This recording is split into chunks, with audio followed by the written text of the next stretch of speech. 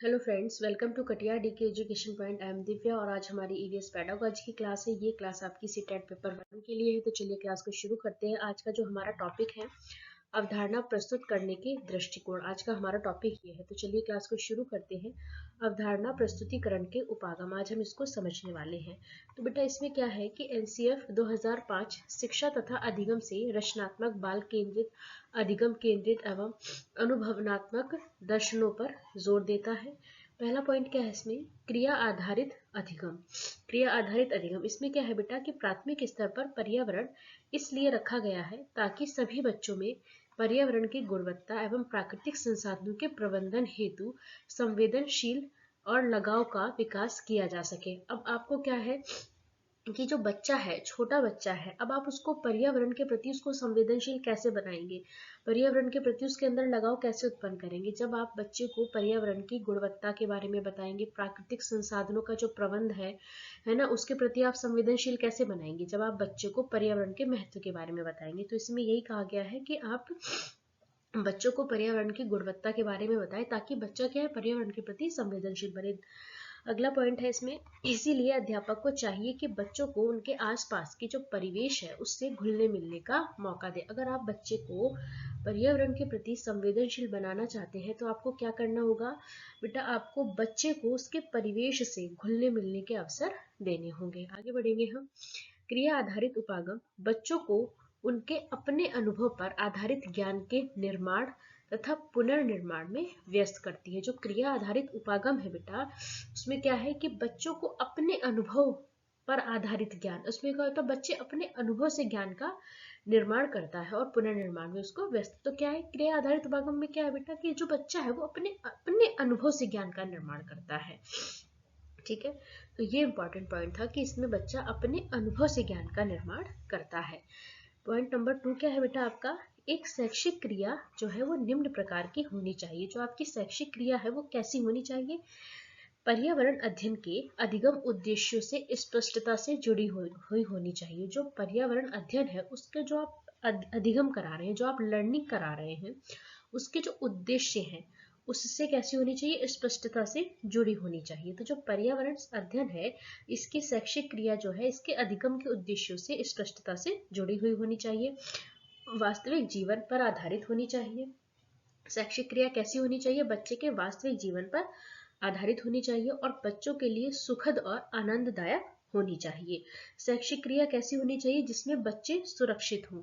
तो यहाँ पे भी आपको इसका पहला, दूसरा, तीसरा पॉइंट समझ में आ गया होगा कि कैसे होनी चाहिए, बच्चों जो है बच्चों के लिए सुरक्षित होनी चाहिए। आगे बढ़ेंगे हम। पूरा होने में अधिक समय ना लगे, लंबी क्रियाएं हो, लंबी क्रियाएं हैं तो उसको क्या करना है, छोटे छोटे हिस्सों में बांटा जा सकता है। तो क्रिया कैसी होनी चाहिए, आपकी जो शैक्षिक क्रिया है ज्यादा लंबी नहीं होनी चाहिए। यदि लंबी है तो क्रियाओं को मध्यांतर देकर छोटे छोटे हिस्सों में बांटा जा सकता है।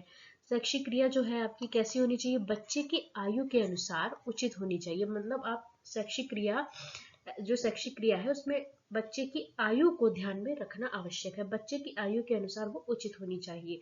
अगला पॉइंट क्या है, ऐसी हो जो बच्चों में रुचि और जिज्ञासा को जगाए। तो आपकी शैक्षिक क्रिया कैसी होनी चाहिए, जिससे बच्चे में रुचि उत्पन्न हो, बच्चे में जिज्ञासा बढ़े, सार्थक सूचनाओं का प्रदान करने वाली होनी चाहिए, बच्चों के जो अनुभव है उस पर केंद्रित होनी चाहिए और सभी बच्चों को इसमें शामिल किया जाना चाहिए। तो जो आपकी शैक्षिक क्रिया है बेटी कैसी होनी चाहिए, ज्यादा लंबी नहीं होनी चाहिए। अगर शैक्षिक क्रिया आपकी ज्यादा लंबी है तो क्या करना है, मध्यांतर देकर छोटे छोटे हिस्सों में उसको बांटा जा सकता है। बच्चों की आयु के अनुसार उचित होनी चाहिए। शैक्षिक क्रिया ऐसी होनी चाहिए जो बच्चे में रुचि को बढ़ाए, बच्चे में जिज्ञासा को जगाए और बच्चे को सार्थक सूचना प्रदान करे। शैक्षिक क्रिया बच्चे के अनुभव पर केंद्रित होनी चाहिए और उसमें सभी बच्चों को शामिल करें। आगे बढ़ेंगे हम। तीसरा पॉइंट क्या है बेटा आपका, क्रिया आधारित शिक्षण अधिगम का आयोजन करना। तो क्रिया आधारित अधिगम हेतु कितने चरण दिए गए हैं, 4 चरण दिए गए हैं। पहला क्या है, प्लानिंग, नियोजन। उन अधिगम उद्देश्यों की पहचान कर ली जाए जो उस नियोजित क्रिया द्वारा प्राप्त किए जाने हैं। तो पहला पॉइंट क्या है बेटा कि जो उद्देश्य आपको प्राप्त करने हैं उनकी पहचान कर ली जाए। पहला पॉइंट क्या है, कि उन अधिगम उद्देश्यों की पहचान कर ली जाए जो उस नियोजित क्रिया द्वारा प्राप्त किए जाने हैं। ये क्लियर हो गया। दूसरा पॉइंट क्या है आपका, विभिन्न संसाधनों की सूची बनाएं और प्रबंध करें। जो आपको संसाधन चाहिए उनकी सूची बनाएं और उनका प्रबंध करें, सामग्री, संसाधन, स्वयंसेवक आदि। नेक्स्ट पॉइंट क्या है आपका, क्रिया के बाद संक्षिप्त चर्चा की योजना भी आपके द्वारा बनाई जानी चाहिए। क्रिया के बाद क्या करना है, एक संक्षिप्त डिस्कशन, है ना, डिस्कशन की भी योजना आपके द्वारा बनाई जानी चाहिए। और आपको इस बात का अंदाजा भी होना चाहिए कि आप किस प्रकार के मूल्यांकन करेंगे, विद्यार्थी का और क्रियाओं के प्रभाव का। तो क्या करना है, क्रिया के बाद एक संक्षिप्त जो है चर्चा की योजना बनाई जानी चाहिए और इस बात का अंदाजा भी होना चाहिए कि आप किस प्रकार का मूल्यांकन करेंगे, बच्चों का और क्रियाओं के प्रभाव का। आगे बढ़ेंगे हम, क्रियाओं को संचालित करना। अब दूसरा पॉइंट क्या है आपका, क्रियाओं को संचालित करना। तो इसमें इसके अंदर भी 3 पॉइंट दिए गए हैं आपके, का, खा और गा। तो इसके अंदर क्रिया को संचालित करना, आप संचालित करेंगे तो इसके अंदर ये 3 पॉइंट हमें पढ़ने। पहला क्या है, क्रिया को शुरू करना, बच्चों को क्रिया से अवगत कराएं और उनके अर्थ एवं उद्देश्यों के बारे में बताएं। तो जो बच्चे हैं उनको क्या करना है, क्रिया से अवगत कराना है और उनके अर्थ और उनके उद्देश्य के बारे में बच्चे को बताना है, उनकी भूमिका के बारे में और कितना समय लगेगा, मूल्यांकन कैसे होगा, इन सब के बारे में आपको क्या करना है, बच्चे को अवगत कराना है। दूसरा पॉइंट क्या है, इसमें क्रिया करवाएं। इसमें क्या दिया है बेटा, क्रिया शुरू होने के बाद देखें कि बच्चे क्रिया में, जो क्रिया करने में सार्थक रूप से योग्य हों। जब आपने क्रिया शुरू करा दी है तो उसके बाद आपको देखना है कि जो बच्चे हैं वो क्रिया करने में सार्थक रूप से योग्य हों। सब बच्चों को प्रोत्साहित करना आवश्यक है। क्या करना आवश्यक है, सब बच्चों को प्रोत्साहित करना आवश्यक है। तीसरा पॉइंट क्या है, इसमें क्रिया को संपन्न कराएं। इसमें क्या है, बच्चे अपने अनुभव के बारे में विचार विमर्श करें। जो बच्चे के अपने अनुभव है उसके बारे में बच्चा क्या करे, विचार विमर्श करे तथा पर्यावरण अध्ययन से जुड़ी हुई सीख उनमें से निकाले। जब बच्चा अपने अनुभव के बारे में विचार विमर्श करेगा तो पर्यावरण अध्ययन से उसने जो सीख ली है वो उसमें से निकल के आएगी, उसके विचारों से। चलिए आगे बढ़ेंगे हम। तीसरा पॉइंट क्या है आपका, कार्य का मूल्यांकन। एक अध्यापक होने के नाते आपको कार्य का मूल्यांकन भी करना है। अब आप टीचर हैं तो आप कार्य का मूल्यांकन करेंगे ताकि यह पता चल सके कि जिन शैक्षिक उद्देश्यों को आप क्रिया के द्वारा प्राप्त कराना चाहते थे उनकी प्राप्ति हो भी पाई है या नहीं। तो एक अध्यापक होने के नाते क्या करना है, आपको कार्य का मूल्यांकन भी करना है। क्यों करना है कार्य का मूल्यांकन, ताकि जिन शैक्षिक उद्देश्यों को प्राप्त करने के लिए आपने क्रिया कराई है उनकी प्राप्ति हुई भी है या नहीं। आपको कैसे पता चलेगा, जब आप मूल्यांकन करेंगे।